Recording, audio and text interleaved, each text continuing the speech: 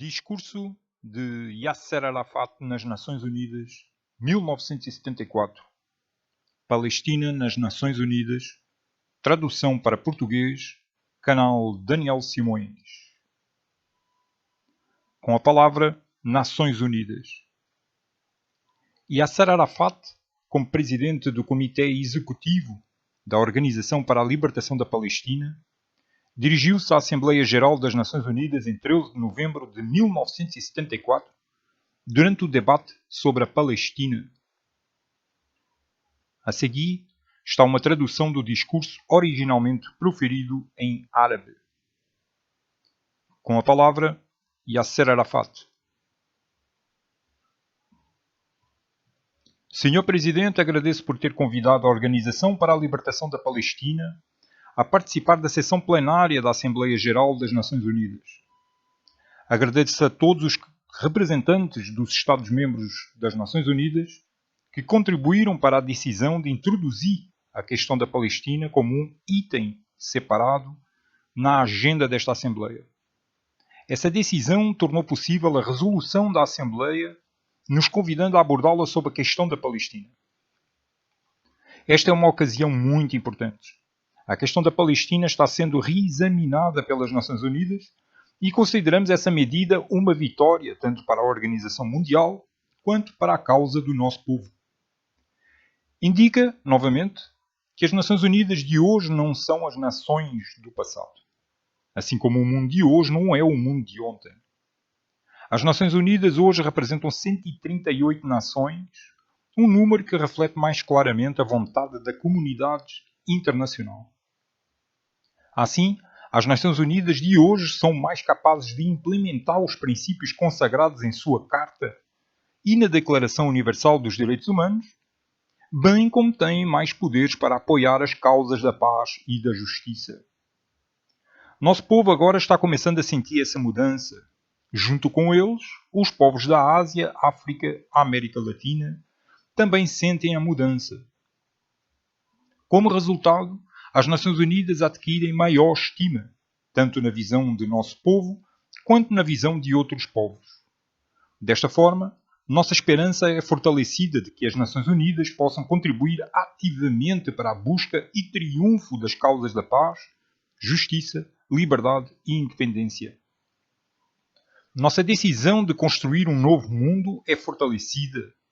Um mundo livre de colonialismo, imperialismo, neocolonialismo e racismo em todas as suas formas, incluindo o sionismo. Nosso mundo aspira à paz, justiça, igualdade e liberdade. Espera que as nações oprimidas, atualmente submetidas ao peso do imperialismo, possam ganhar sua liberdade e seu direito à autodeterminação. Espera colocar as relações entre as nações numa base de igualdade, coexistência pacífica, respeito mútuo pelos assuntos internos de cada um, garantia da soberania nacional, independência e unidade territorial com base na justiça e benefício mútuo. Este mundo resolve que os laços económicos que o unem devem ser baseados na justiça, na paridade e no interesse mútuo. Ele aspira finalmente a direcionar seus recursos humanos contra o flagelo da pobreza, fome, doenças e calamidades naturais, para o desenvolvimento de capacidades científicas e técnicas produtivas para aumentar a riqueza humana. Tudo isso na esperança de reduzir a disparidade entre os países em desenvolvimento e os países desenvolvidos. Mas todas essas aspirações não podem ser realizadas em um mundo que atualmente é governado por tensão, injustiça, opressão, discriminação racial e exploração. Um mundo também ameaçado por desastres económicos sem fim, guerras e crises. Muitos povos, incluindo os do Zimbábue, Namíbia, África do Sul e Palestina, entre muitos outros, ainda são vítimas da opressão e da violência. Suas áreas do mundo estão tomadas por lutas armadas provocadas por imperialismo e pela discriminação racial. Essas meras formas de agressão e terror são exemplos de povos oprimidos obrigados por circunstâncias intoleráveis a um confronto com essa opressão. Mas onde quer que ocorra esse confronto, ele é legítimo e justo. É imperativo que a comunidade internacional apoie esses povos em suas lutas, na promoção de suas causas legítimas e na conquista de seu direito à autodeterminação. Na Indochina, o povo ainda está exposto à agressão. Eles permanecem sujeitos a conspirações que os impedem de desfrutar da paz e da realização dos seus objetivos. Embora os povos de todos os lugares tenham saudado os acordos de paz alcançados no Laos e no Vietnã do Sul, ninguém pode dizer que a paz genuína foi alcançada, pois as forças responsáveis, em primeiro lugar, pela agressão, estão decididas a que o Vietnã permaneça em estado de perturbação e guerra. O mesmo pode ser dito da atual agressão militar contra o povo do Camboja. Portanto, é a responsabilidade da comunidade internacional apoiar esses povos oprimidos e também condenar os opressores por seus desígnios contra a paz. Além disso, apesar da posição positiva assumida pela República Democrática da Coreia no que diz respeito a uma solução pacífica e justa para a questão coreana, ainda não existe um assentamento para essa questão. Há alguns meses, o problema de Chipre eclodiu violentamente diante de nós. Todos os povos em todos os lugares compartilharam do sofrimento dos cipriotas. Pedimos que as Nações Unidas continuem seus esforços para alcançar uma solução justa em Chipre, poupando assim os cipriotas das novas guerras e garantindo-lhes paz e independência. Sem dúvida, porém, a consideração da questão de Chipre pertence tanto aos problemas do Oriente Médio quanto aos do Mediterrâneo. Em seus esforços para substituir um sistema económico mundial antiquado, mas ainda dominante, por um novo, mais logicamente racional, os países da Ásia, África e América Latina enfrentam ataques implacáveis a esses esforços. Esses países expressaram suas opiniões na sessão especial na Assembleia Geral sobre Matérias-Primas e Desenvolvimento. Assim, o saque, a exploração e o desvio da riqueza dos povos empobrecidos devem ser encerrados imediatamente. Não deve haver dissuasão dos esforços dessas pessoas para desenvolver e controlar sua riqueza. Além disso, existe uma grande necessidade de se chegar a preços justos para as matérias-primas desses países. Além disso, esses países continuam a ser prejudicados na realização de seus objetivos primários, formulados na Conferência sobre o Direito do Mar, em Caracas, na Conferência da População e na Conferência da Alimentação de Roma. As Nações Unidas devem, portanto, envidar todos os esforços para conseguir uma alteração radical do sistema económico mundial, possibilitando que os países em desenvolvimento avancem rapidamente. As Nações Unidas devem se opor com firmeza às forças que tentam colocar a responsabilidade pela inflação sobre os ombros dos países em desenvolvimento, especialmente os países produtores de petróleo. As Nações Unidas devem condenar firmemente todas as ameaças feitas contra esses países simplesmente porque exigem seus justos direitos. A corrida armamentista mundial não mostra sinais de enfraquecimento. Como consequência, o mundo inteiro está ameaçado com a dispersão de suas riquezas e o desperdício total de suas energias. A violência armada é mais provável em todos os lugares. Os povos esperam que as Nações Unidas se dediquem obstinadamente a pôr fim à corrida aos armamentos. Converter as vastas somas gastas em tecnologia militar até que se atinja o estágio em que as armas nucleares são destruídas e os recursos vão para os projetos de desenvolvimento para aumentar a produção e para beneficiar o mundo. E ainda assim, a maior tensão existe em nossa parte do mundo. Lá, a entidade sionista se apega tenazmente ao território árabe ocupado. A entidade sionista está segurando os territórios árabes que ocupou e persistindo em suas agressões contra nós. Novos preparativos militares estão sendo feitos febrilmente. Isso antecipa outra quinta guerra de agressão a ser lançada contra nós.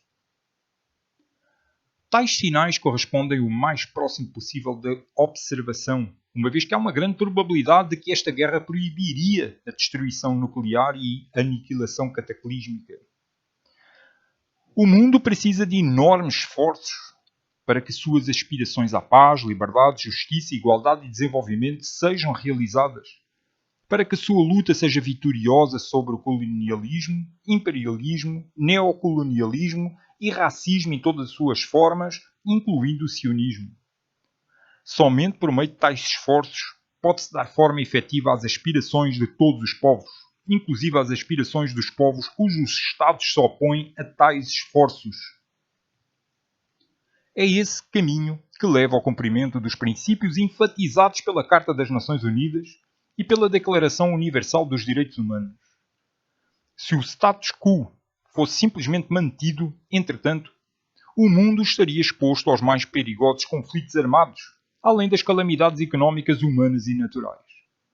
Apesar das crises mundiais duradouras, apesar dos poderes das trevas e do atraso com que afligem o mundo, vivemos em uma época de mudanças gloriosas. Uma velha ordem mundial está desmoronando diante dos nossos olhos, à medida que o imperialismo, o colonialismo, o neocolonialismo e o racismo, cuja forma principal é o sionismo, inevitavelmente perecem. Estamos testemunhando uma grande onda da história levando os povos a um novo mundo que eles criaram. Nesse mundo, as causas justas triunfarão. Disso estamos confiantes. A questão da Palestina é crucial entre aquelas causas justas lutadas irrestritamente pelas massas que trabalham sob o imperialismo e a opressão. Estou ciente de que, se tenho a oportunidade de me dirigir à Assembleia Geral, também deve ser dada a oportunidade a todos os movimentos de libertação que lutam contra o racismo e o imperialismo. Em seus nomes, em nome de cada ser humano que luta pela liberdade e autodeterminação, exorto a Assembleia Geral a dar urgentemente às suas causas justas a mesma atenção que a Assembleia Geral tão justamente deu à nossa causa. Uma vez concedido esse reconhecimento, haverá uma base segura para a preservação da paz universal. Pois somente com essa paz uma nova ordem mundial perdurará em que os povos possam viver livres da opressão, do medo, da injustiça e da exploração. Como eu disse antes, esta é a verdadeira perspectiva para definir a questão da Palestina. Farei isso agora para a Assembleia Geral, mantendo firmemente em mente a perspectiva e o objetivo de uma ordem mundial vindoura. Mesmo que hoje falemos nesta Assembleia Geral de uma tribuna internacional, também expressamos nossa fé na luta política e diplomática como complementos, como aprimoramentos da luta armada. Além disso, expressamos nosso apreço pelo papel que as Nações Unidas são capazes de desempenhar na solução de problemas de âmbito internacional. Mas essa capacidade, disse há pouco, só se tornou real depois que as Nações Unidas se acomodaram à realidade viva de povos aspirantes, aos quais essa organização internacional deve obrigações singulares. Ao dirigir-se à Assembleia Geral, hoje, nosso povo proclama sua fé no futuro, livre das tragédias do passado ou das limitações do presente.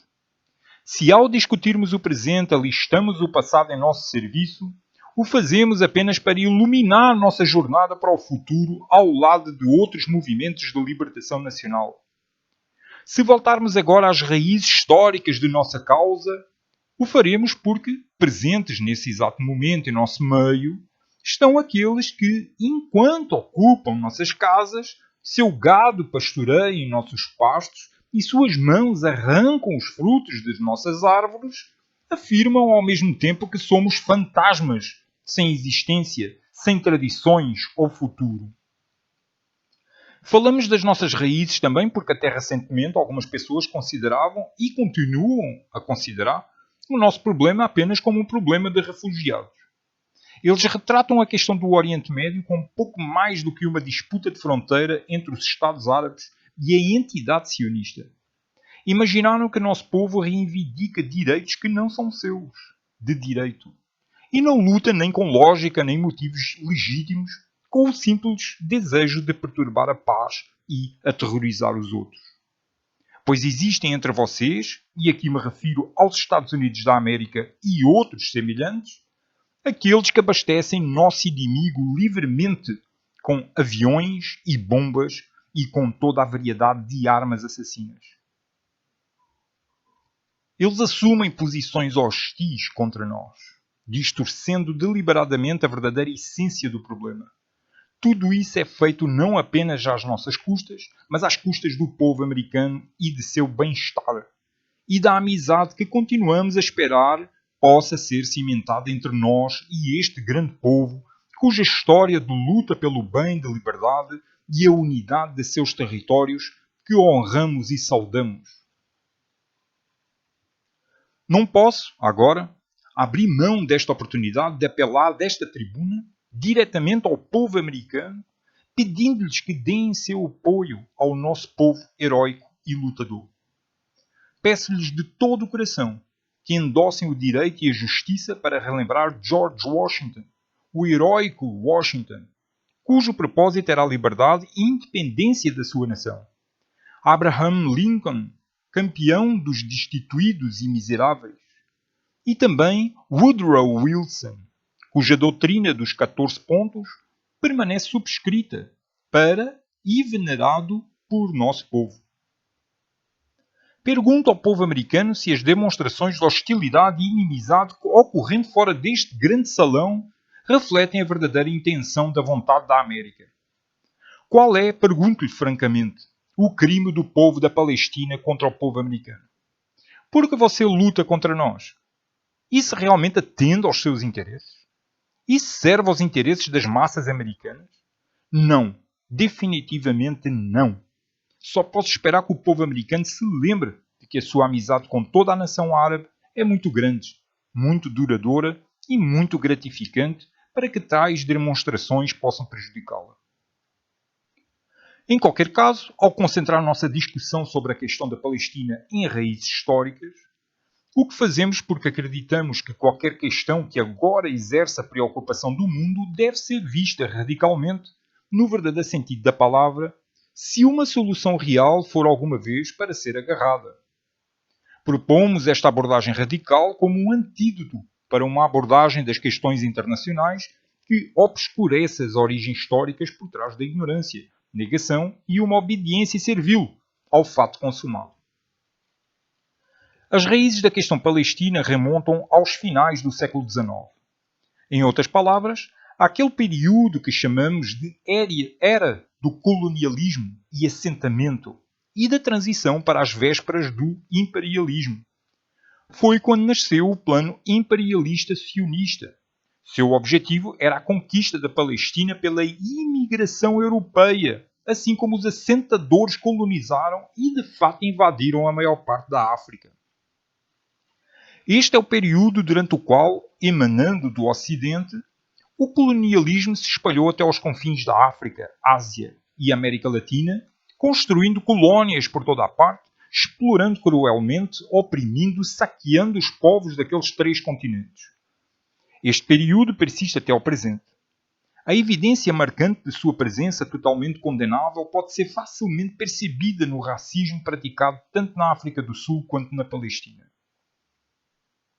Assim como o colonialismo e os assentadores dignificaram suas conquistas, seus saques e ataques ilimitados aos nativos da África e outros lugares, com apelos a uma missão civilizadora, também ondas de imigrantes sionistas disfarçaram seus propósitos ao conquistar a Palestina.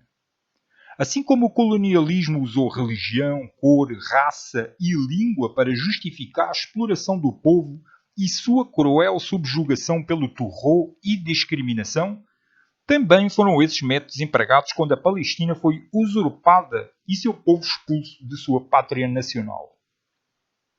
Assim como o colonialismo usou os miseráveis, os pobres e os explorados como mera matéria inerte para construir e levar a cabo o colonialismo assentador, também foram os destituídos, oprimidos judeus europeus empregados em nome do imperialismo mundial e da liderança sionista. Os judeus europeus foram transformados em instrumentos de agressão. Eles se tornaram os elementos do colonialismo de assentamento e da discriminação racial. A ideologia sionista foi utilizada contra nosso povo palestino. O objetivo não era apenas o estabelecimento do colonialismo de assentamento de estilo ocidental, mas também a separação dos judeus de suas várias terras natais e, subsequentemente, seu afastamento de suas nações. O sionismo é uma ideologia imperialista, colonialista, racista. É profundamente reacionário e discriminatório. Está unido ao antissemitismo em seus princípios. E é o outro lado da mesma moeda. Pois quando o que é proposto é que os adeptos da fé judaica, independentemente da sua residência nacional, não devam lealdade à sua terra natal, nem viver em pé de igualdade com os seus outros cidadãos não-judeus, quando isso é proposto, ouvimos que o antissemitismo é proposto. Quando é proposto que a única solução para o problema judaico é que os judeus devem se alienar das comunidades ou nações das quais fizeram parte histórica, quando é proposto que os judeus resolvam o problema judaico imigrando vou repetir. Quando é proposto que os judeus resolvam o problema judaico imigrando para e assentando a terra de outras pessoas pelo terrorismo e pela força, esta é exatamente a mesma atitude dos antissemitas para com os judeus. Assim, por exemplo, podemos compreender a estreita conexão entre Rhodes, que promoveu o colonialismo de assentamento no sudoeste da Ásia, e Herzl, Theodor Herzl, que tinha planos colonialistas para a Palestina. Tendo recebido um certificado de boa conduta de colono de Rhodes, Theodor Herzl então se virou e apresentou este certificado ao governo britânico, esperando assim obter uma resolução formal de apoio à política sionista. Em troca, os sionistas prometeram à Grã-Bretanha uma base imperialista em solo palestino, para que os interesses imperiais pudessem ser salvaguardados no principal ponto estratégico mais importante do Oriente Médio. Assim, o movimento sionista aliou-se diretamente ao colonialismo mundial em um ataque comum às nossas terras. Permitam-me agora apresentar uma seleção de fatos históricos sobre esta aliança. A invasão judaica na Palestina começou em 1881. Antes que a primeira grande onda de assentadores começasse a chegar, a Palestina tinha uma população de 500 mil, a maioria deles muçulmanos ou cristãos e cerca de 10 mil judeus. Cada setor da população desfrutava da tolerância religiosa, características da nossa civilização. A Palestina era então uma terra verdejante habitada por um povo árabe que estava construindo sua vida e enriquecendo sua cultura indígena. Entre 1882 e 1917, o movimento sionista assentou aproximadamente 50 mil judeus europeus em nossa terra natal. Para isso recorreu à malandragem e engano para plantá-los em nosso meio. Seu sucesso em fazer com que a Grã-Bretanha emitisse a Declaração de Balfour demonstrou a aliança entre o sionismo e o colonialismo. Além disso, ao prometer ao movimento sionista o que não lhe cabia dar, a Grã-Bretanha mostrou o quão opressor era o domínio do colonialismo. Como foi então constituída, a Liga das Nações abandonou nosso povo árabe e as garantias e promessas de Wilson foram em vão. Sob o disfarce de um mandato, o colonialismo britânico foi cruel e diretamente imposto sobre nós. O documento de mandato emitido pela Liga das Nações era para permitir que os invasores sionistas consolidassem seus ganhos em nossa pátria. Em 30 anos, o movimento sionista conseguiu, em colaboração com o seu aliado colonialista, estabelecer mais judeus europeus na terra, usurpando assim as propriedades dos árabes palestinos. Em 1947, o número de judeus havia chegado a 600 mil.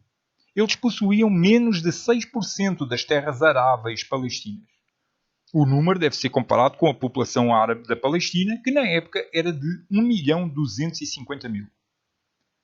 Como resultado do conluio entre o poder obrigatório e o movimento sionista e com o apoio dos Estados Unidos, esta Assembleia Geral, no início da sua história, aprovou uma recomendação para dividir nossa pátria palestina. E isso aconteceu em 30 de novembro de 1947, em um ambiente de ações questionáveis e forte pressão. A Assembleia Geral dividiu o que não tinha o direito de dividir, uma pátria indivisível. Quando rejeitamos essa decisão, nossa posição correspondia à da mãe verdadeira que se recusou a permitir que Salomão cortasse seu filho em dois, quando a outra mulher reivindicou o filho como seu. Além disso, embora a resolução da partição tenha concedido aos colonos assentadores 54% das terras da Palestina, sua insatisfação com a decisão os levou a travar uma guerra de terror contra a população árabe civil. Eles ocuparam 81% da área total da Palestina, desenraizando 1 milhão de árabes. Assim, eles ocuparam 524 cidades e aldeias árabes, das quais destruíram 385, destruindo-as completamente no processo. Depois de fazer isso, eles construíram seus próprios assentamentos e colónias nas ruínas das nossas fazendas e bosques. As raízes da questão da Palestina estão aqui. Suas causas não decorrem de nenhum conflito entre duas religiões ou dois nacionalismos. Também não é um conflito de fronteira entre Estados vizinhos. É a causa de pessoas privadas de sua pátria, dispersas e desenraizadas, a maioria das quais vive no exílio e em campos de refugiados. Com o apoio das potências imperialistas e colonialistas, encabeçadas pelos Estados Unidos da América, esta entidade sionista conseguiu ser aceite como membro das Nações Unidas. Conseguiu ainda obter a exclusão da questão da Palestina da agenda das Nações Unidas e enganar a opinião pública mundial ao apresentar nossa causa como um problema de refugiados que precisam de caridade, de benfeitores ou assentamentos em uma terra que não é a deles. Não satisfeito com tudo isso, o Estado racista, fundado na concepção imperialista colonialista, transformou-se em base do imperialismo e em arsenal de armas. E isso lhe permitiu assumir seu papel de subjugar o povo árabe e de cometer agressão contra ele, a fim de satisfazer suas ambições de expansão na Palestina e em outras terras árabes. Além dos muitos casos de agressão cometidos por esta entidade contra os Estados Árabes, ela lançou duas guerras em uma grande escala em 1956 e 1967, colocando assim a paz e a segurança mundiais em perigo. Como resultado da agressão sionista em junho de 1967, o inimigo ocupou o Sinai egípcio até ao Canal do Suez. O inimigo ocupou as colinas de Golã da Síria, além de todas as terras palestinas a oeste do Jordão. Todos esses desenvolvimentos levaram à criação em nossa área do que ficou conhecido como o Problema do Médio Oriente. A situação foi agravada pela persistência do inimigo em manter sua ocupação ilegal e em consolidá-la ainda mais, estabelecendo assim uma ponta de lança para o impulso do imperialismo mundial contra nossa nação árabe. Todas as decisões do Conselho de Segurança e pedidos da opinião pública mundial para a retirada das terras ocupadas em junho de 1967 foram ignorados. Apesar de todos os esforços pacíficos e diplomáticos em nível internacional, o inimigo não foi dissuadido de sua política expansionista. A única alternativa aberta às nossas nações árabes, principalmente Síria e Egito, era despender esforços exaustivos para se preparar em primeiro lugar para resistir a esta invasão armada bárbara pela força e, em segundo lugar, para libertar as terras árabes e restaurar os direitos do povo palestino, depois que todos os outros meios pacíficos falharam. Nessas circunstâncias, a Quarta Guerra estourou em outubro de 1973. trazendo para o inimigo sionista a falência da sua política de ocupação e expansão e sua confiança no conceito de poderio militar. Apesar de tudo isso, os líderes da entidade sionista estão longe de ter aprendido qualquer lição com a sua experiência. Estão-se preparando para a Quinta Guerra, recorrendo mais uma vez à linguagem da superioridade militar, da agressão, do terrorismo, da subjugação e, finalmente, sempre para a guerra no trato com os árabes. Dói muito o nosso povo testemunhar a propagação do mito de que sua pátria era um deserto, até que floresceu pelo trabalho de assentadores estrangeiros, que era uma terra sem povo e que a entidade assentadora não causou dano a nenhum ser humano. Não, essas mentiras devem ser expostas nesta tribuna, pois o mundo deve saber que a Palestina foi o berço das mais antigas culturas e civilizações. Seu povo árabe se dedicava à agricultura e à construção, espalhando cultura por todo o país há milhares de anos, dando o exemplo na prática da tolerância religiosa e da liberdade de culto, agindo como fiel guardião dos lugares sagrados de todas as religiões. Como filho de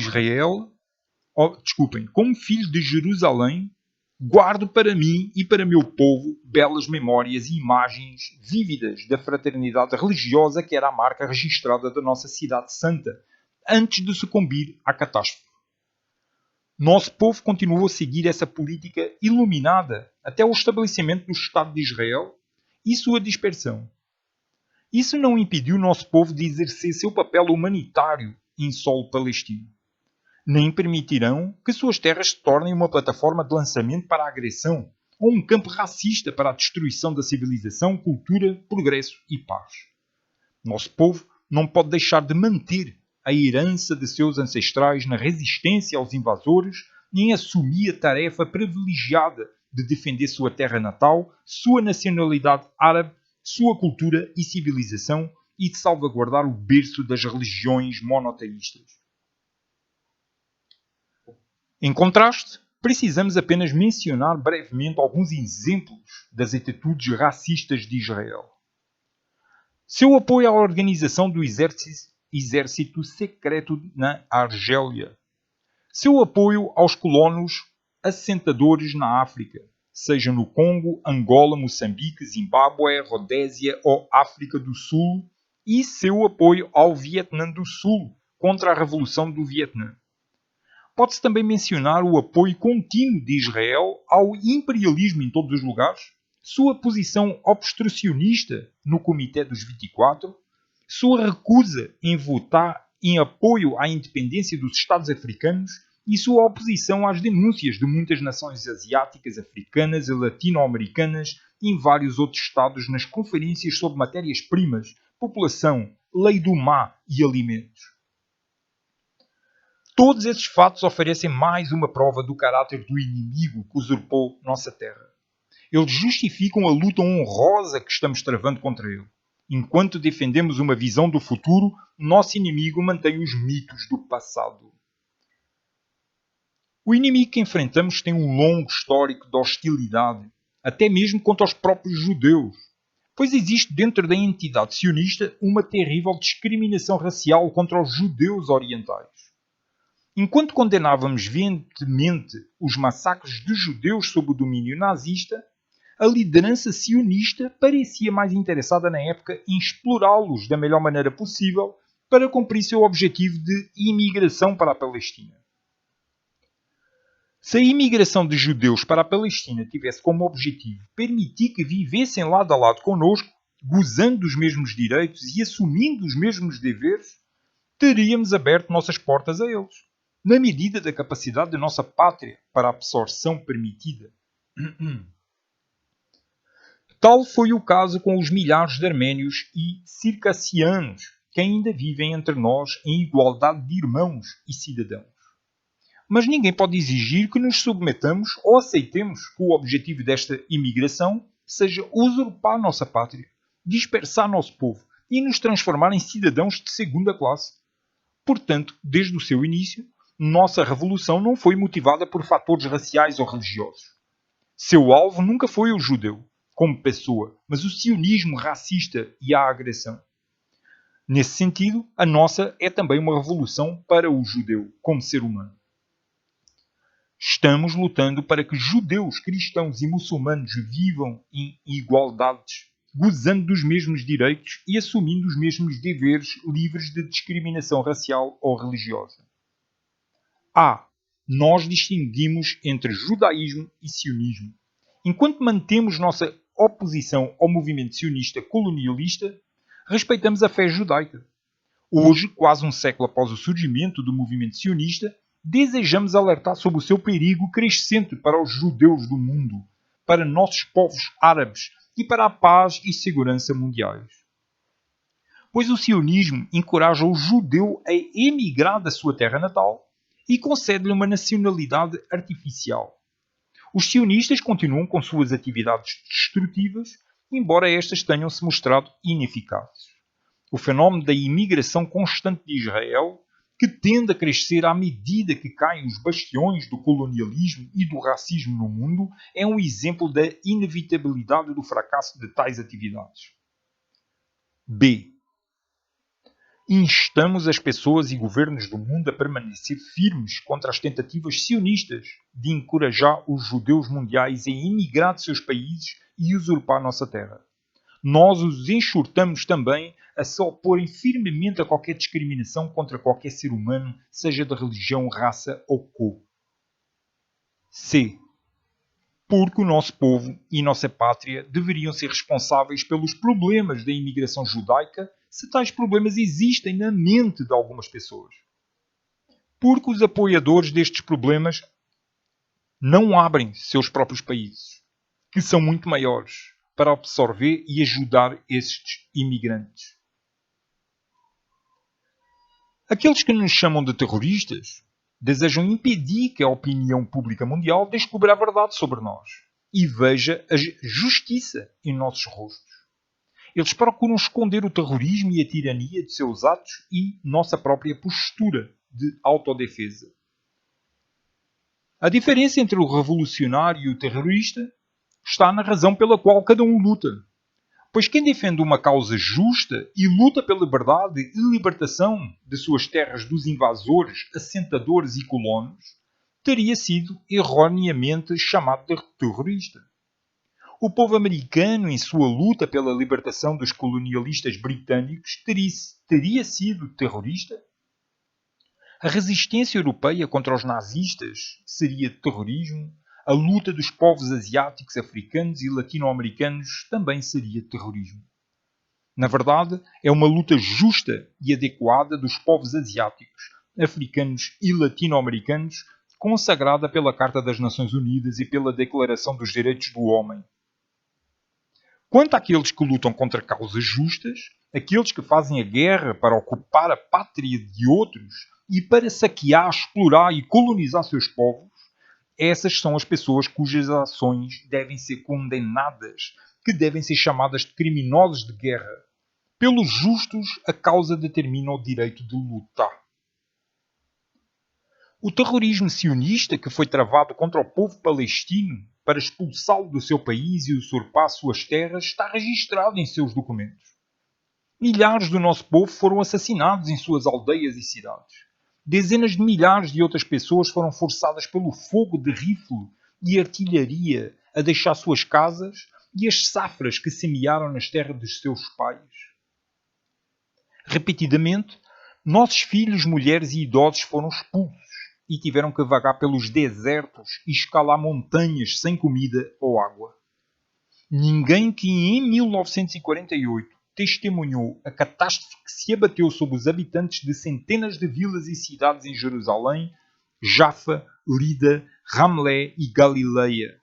Ninguém que foi testemunha dessa catástrofe jamais esquecerá a experiência, mesmo o apagão massivo ter conseguido esconder esses horrores, pois escondeu os vestígios de 385 vilas e cidades palestinas destruídas na época e apagadas do mapa. A destruição de 19 mil casas nos últimos 7 anos, o que equivale à destruição total de mais de 200 aldeias palestinas, e o grande número de mutilados em decorrência do tratamento a que foram submetidos nas prisões israelenses, não podem ser ocultados por nenhum apagão. O terrorismo deles alimentou o ódio, e esse ódio foi até dirigido contra a oliveira do meu país, que eles viam como um símbolo do nosso espírito, uma bandeira, e que os fazia lembrar os habitantes indígenas da terra, uma lembrança viva de que a terra é Palestina. Consequentemente, eles a arrancaram à oliveira e mataram por negligência e a usaram como lenha. Como descrever a declaração de Golda Meir, na qual ela expressa a sua inquietação sobre as crianças palestinas que nascem todos os dias? Eles veem na criança palestina, na árvore palestina, um inimigo que deve ser exterminado. Por dezenas de anos, os sionistas perseguiram os líderes culturais, políticos, sociais e artísticos do nosso povo, aterrorizando-os e assassinando-os. Eles roubaram o nosso património cultural, o nosso folclore popular e os reivindicaram como seus. O terrorismo deles atingiu até mesmo lugares sagrados em nossa amada cidade de paz, Jerusalém. Eles se empenharam em privá-lo de seu caráter árabe, muçulmano e cristão, expulsando seus habitantes e anexando-o. Não preciso me deter no incêndio da mesquita de Al-Aqsa, no roubo dos tesouros da Igreja do Santo Sepulcro e na desfiguração de tantos aspectos da nossa cultura e civilização. Jerusalém, com sua beleza e atmosfera impregnada de história, dá testemunho às sucessivas gerações do nosso povo que nela viveram, deixando em cada canto dela a prova de nossa presença eterna, de nosso amor por ela, de nossa civilização, de nossos valores humanos. Portanto, não é surpreendente que sob seus céus as três religiões tenham nascido e que sob esse céu essas três religiões brilharam para iluminar a humanidade para que ela pudesse expressar as tribulações e esperanças da humanidade e que pudesse marcar o caminho do futuro com suas esperanças. O pequeno número de árabes palestinos que os sionistas não conseguiram desenraizar em 1948 são atualmente refugiados em seu próprio país. A lei israelense os trata como cidadãos de segunda classe, até mesmo como cidadãos de terceira classe, já que os judeus orientais são cidadãos de segunda classe e eles foram sujeitos a todas as formas de discriminação racial e terror após o confisco de suas terras e propriedades. Eles foram vítimas de massacres sangrentos, como o de Kafr Qassim. Eles foram expulsos de suas aldeias e negado o direito de retornar, como no caso dos habitantes de Ikrit e Kafr Brimin. Por 26 anos, nossa população tem vivido sob a lei marcial e foi negada a liberdade de movimento sem permissão prévia do governador militar israelense. Isso numa época em que uma lei israelense foi promulgada concedendo cidadania a qualquer judeu em qualquer lugar que quisesse emigrar para a nossa pátria. Além disso, outra lei israelense estipulava que os palestinos que não estavam presentes em suas aldeias ou cidades no momento em que foram ocupados não têm direito à cidadania israelense. O registro dos governadores israelenses está repleto de atos de terror perpetrados contra aqueles de nosso povo que permaneceram sob ocupação no Sinai e nas colinas do Golã. O bombardeio criminoso da escola de Bar al-Bakar e da fábrica de Abu Zabal no Egito são apenas dois desses atos inesquecíveis de terrorismo. A destruição da aeronave líbia é outro ato inesquecível. A destruição total da cidade de Quneitra é mais um exemplo tangível de terrorismo sistemático. Se um registro do terrorismo sionista no sul do Líbano fosse compilado, e esse terrorismo ainda continua, a enormidade de seus atos chocaria até os mais endurecidos. Pirataria, bombardeiros, terra arrasada, destruição de centenas de casas, despejo de civis e o sequestro de cidadãos libaneses. Isso constitui claramente uma violação da soberania libanesa e está em preparação para o desvio de águas do rio Litani. É necessário lembrar a esta Assembleia as inúmeras resoluções por ela aprovadas, condenando as agressões israelenses cometidas contra os países árabes, as violações israelenses dos direitos humanos e os artigos das Convenções de Genebra, bem como as resoluções relativas à anexação da cidade de Jerusalém e sua restauração do status anterior? A única descrição desses atos é que são atos de barbárie e terrorismo. No entanto, os racistas, colonialistas, sionistas têm a ousadia de descrever a luta justa do nosso povo como terror. Poderia haver uma distorção da verdade mais flagrante do que esta?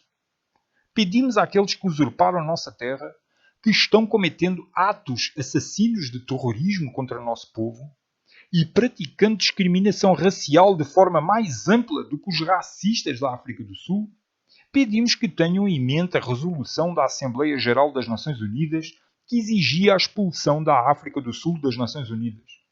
Esse é o destino inevitável de todo o país racista que adota a lei da selva, usurpa a pátria de outros e oprime seu povo. Nos últimos 30 anos, nosso povo teve que lutar contra a ocupação britânica e a invasão sionista, ambas com uma intenção, ou seja, a usurpação da nossa terra. 6 grandes revoltas e dezenas de levantes populares foram encenadas para frustrar essas tentativas para que nossa pátria pudesse permanecer nossa.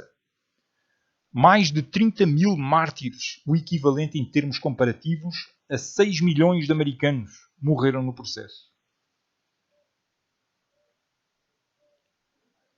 Quando a maioria do povo palestino foi arrancada de sua terra natal em 1948, a luta palestina pela autodeterminação continuou, apesar dos esforços para destruí-la. Tentámos todos os meios possíveis para continuar nossa luta política para alcançar nossos direitos nacionais, mas sem sucesso. Enquanto isso, tínhamos que lutar pela existência absoluta. Mesmo no exílio, educámos nossos filhos. Tudo isso fazia parte da tentativa de sobrevivência. O povo palestino produziu milhares de engenheiros, médicos, professores e cientistas que participaram ativamente no desenvolvimento dos países árabes que fazem fronteira com sua pátria usurpada. Eles utilizaram sua renda para ajudar os jovens e os idosos que não podiam deixar os campos de refugiados. Eles educaram seus irmãos e irmãs mais novos, apoiaram seus pais e cuidaram de seus filhos. O tempo todo o palestino sonhou com o retorno. Nem a lealdade do palestino à Palestina, nem sua determinação de retornar diminuíram. Nada poderia persuadi-lo a abandonar a identidade palestina ou a abandonar sua pátria. A passagem do tempo não o fez esquecer como alguns esperavam que fizesse. Quando o nosso povo perdeu a fé na comunidade internacional, que persistia em ignorar seus direitos, e quando ficou claro que os palestinos não recuperariam 1 centímetro da Palestina por meios exclusivamente políticos, nosso povo não teve escolha a não ser recorrer à luta armada. Nessa luta despejou seus recursos materiais e humanos e a flor da sua juventude. Enfrentámos corajosamente os atos mais cruéis do terrorismo israelense, que visavam desviar nossa luta e detê-la. Nos últimos 10 anos da nossa luta, milhares de mártires e o dobro de feridos, mutilados e presos foram oferecidos em sacrifício, tudo em um esforço para resistir à ameaça iminente de liquidação, para recuperar o direito à autodeterminação e nosso direito para voltar à nossa pátria. Com a maior dignidade e o mais admirável espírito revolucionário, nosso povo palestino não perdeu seu espírito, nem nas prisões e nos campos de concentração israelenses, nem na grande prisão da ocupação israelense. O povo luta pela existência absoluta e continua a se esforçar para preservar o caráter árabe de sua terra. Assim, eles resistem à opressão, à tirania e ao terrorismo em suas formas mais sombrias. É através da revolução armada do nosso povo que a nossa liderança política e nossas instituições nacionais finalmente se cristalizaram. E um movimento da libertação nacional, compreendendo todas as facções, organizações e capacidades palestinas, se materializou na Organização para a Libertação da Palestina.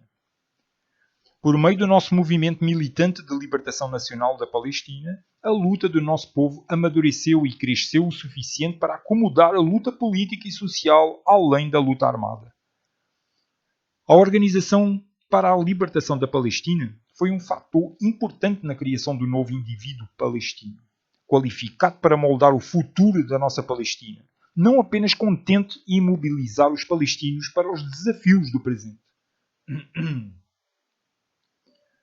A Organização para a Libertação da Palestina pode-se orgulhar de ter um grande número de atividades culturais e educacionais, mesmo quando engajada na luta armada em uma época em que enfrentou os golpes cada vez mais violentos do terrorismo sionista. Estabelecemos institutos de pesquisa científica, desenvolvimento agrícola e bem-estar social, bem como centros de revitalização da nossa herança cultural e preservação do nosso folclore. Muitos poetas, artistas e escritores palestinos enriqueceram a cultura árabe em particular e a cultura mundial em geral. Suas obras profundamente humanas conquistaram a admiração de todos aqueles que os conhecem. Em contraste com isso, nosso inimigo tem sistematicamente destruído nossa cultura e disseminado ideologias racistas e colonialistas. Enfim, tudo o que impede o progresso, a justiça, a democracia e a paz. A Organização para a Libertação da Palestina conquistou sua legitimidade por causa do sacrifício inerente ao seu papel pioneiro e também por causa da sua liderança dedicada na luta. Essa legitimidade também foi concedida pelas massas palestinas, que, em harmonia com ela, a escolheram para liderar a luta de acordo com as suas diretrizes. A Organização para a Libertação da Palestina também ganhou legitimidade ao representar todas as facções, sindicatos ou grupos, bem como todos os talentos palestinos, seja no Conselho Nacional ou nas instituições do povo. Essa legitimidade foi ainda mais reforçada pelo apoio de toda a nação árabe que a apoia e ainda consagra durante a última Conferência de Cúpula Árabe, que afirmou o direito da Organização para a Libertação da Palestina, em sua qualidade de única representante do povo palestino, de estabelecer uma autoridade nacional independentemente de todo o território palestino libertado. Além disso, a legitimidade da Organização para a Libertação da Palestina foi intensificada como resultado do apoio fraternal dado por outros movimentos de libertação e por nações amistosas e da mesma opinião que estiveram ao nosso lado, encorajando-nos e ajudando-nos em nossa luta para garantir nossos direitos nacionais. Também aqui devo transmitir calorosamente a gratidão dos nossos lutadores revolucionários e do nosso povo pelas honrosas atitudes adotadas pelos países não alinhados, os países socialistas, os países islâmicos, os países africanos e os países europeus amigos, bem como todos os nossos outros amigos na Ásia, África e América Latina. A Organização para a Libertação da Palestina representa o povo palestino. Por isso, a Organização para a Libertação da Palestina expressa os desejos e esperanças do seu povo. Por causa disso, também traz esses desejos e esperanças diante de você, exortando a não se esquivar de uma importante responsabilidade histórica para com a nossa justa causa. Por muitos anos, nosso povo foi exposto à devastação da guerra, destruição e dispersão. Eles pagaram com o sangue de seus filhos aquilo que nunca pode ser compensado. Eles suportaram os fardos da ocupação, dispersão, despejo e terror mais do que qualquer outra pessoa. E, no entanto, tudo isso não tornou o nosso povo nem vindictivo nem vingativo. Nem nos fizeram recorrer ao racismo de nossos inimigos. Nem perdemos o verdadeiro método pelo qual amigo e inimigo são distinguidos. Pois deploramos todos aqueles crimes cometidos contra os judeus. Também deploramos toda a discriminação aberta e velada sofrida por eles por causa de sua fé. Eu sou um rebelde e a liberdade é minha causa.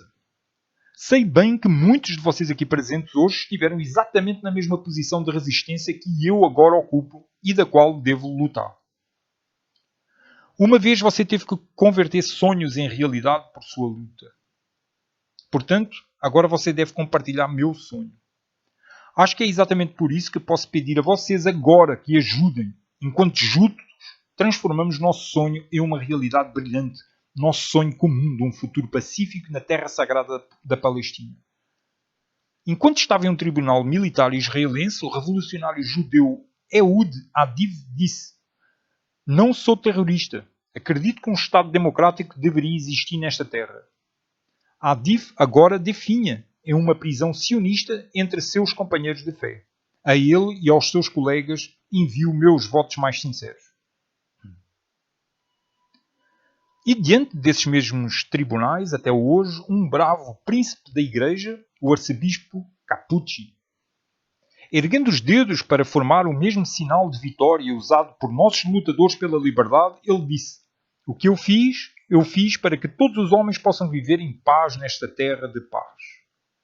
Este sacerdote principesco, sem dúvida, compartilhará o destino sombrio de Adiv. E a ele enviamos nossas saudações e saudações. Porque, portanto, não deveria sonhar e esperar? Pois a revolução não é a concretização de sonhos e esperanças? Portanto, trabalhemos juntos para que o meu sonho seja realizado. Para que eu possa voltar com o meu povo do exílio lá na Palestina para viver com esse judeu lutador pela liberdade e seus parceiros, com esse padre árabe e seus irmãos, em um Estado democrático onde cristãos, judeus e muçulmanos vivem em justiça, igualdade e fraternidade. Não é este um objetivo nobre e digno de minha luta, ao lado de todos os amantes da liberdade em todos os lugares? Pois o mais admirável sobre esse objetivo é que ele é palestino, da terra da paz, da terra do martírio, do heroísmo e da história. Vamos lembrar que os judeus da Europa e aqui dos Estados Unidos são conhecidos por liderar as lutas pelo secularismo e pela separação entre Igreja e Estado. Eles também são conhecidos por lutar contra a discriminação dos povos religiosos. Como podem rejeitar este programa humano e honrado pela Terra Santa, uma terra de paz e igualdade? Como podem continuar apoiando as nações mais fanáticas, discriminatórias e fechadas em sua política? Na minha qualidade de presidente da Organização para a Libertação da Palestina e comandante da Revolução Palestina, proclamo diante de vocês que, quando falamos de nossas esperanças comuns para a Palestina da amanhã, incluímos em nossa perspectiva todos os judeus que agora vivem na Palestina e que escolheram viver connosco ali em paz e sem discriminação. Na minha qualidade de comandante das forças da Organização para a Libertação da Palestina, peço aos judeus que se afastem um a um das promessas ilusórias feitas a eles pela ideologia sionista e pela liderança israelense. Eles estão oferecendo aos judeus derramamento de sangue perpétuo, guerra sem fim e escravidão contínua. Nós os convidamos a emergir em um reino mais aberto de livre escolha, longe dos esforços da sua liderança atual, para implantar neles um complexo de Massada e torná-lo seu destino. Oferecemos a eles a mais generosa solução, que devemos viver juntos em uma estrutura de paz justa em nossa Palestina democrática. Na minha qualidade formal de presidente da Organização para a Libertação da Palestina, anuncio aqui que não desejamos que uma gota de sangue judeu ou árabe seja derramado.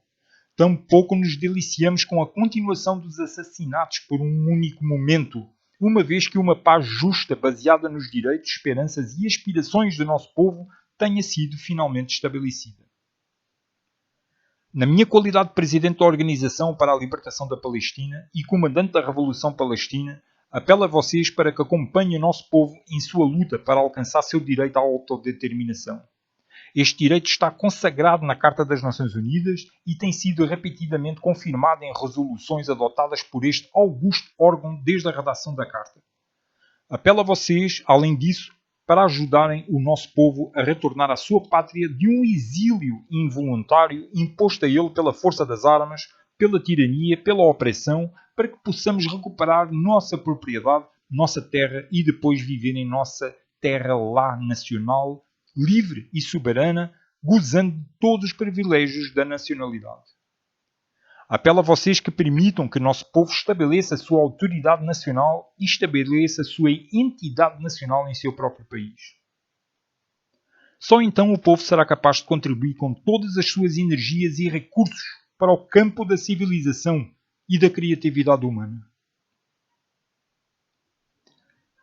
Só então eles poderão proteger sua amada Jerusalém e torná-la, como fizeram por tantos séculos, o santuário de todas as religiões, livre de todo o terrorismo e coerção. Hoje eu vi carregando um ramo de oliveira e uma arma de lutador pela liberdade. Não deixo o ramo de oliveira cair da minha mão. Não deixo o ramo de oliveira cair da minha mão. Não deixo o ramo de oliveira cair da minha mão. A guerra estourou na Palestina, mas é na Palestina que a paz nascerá.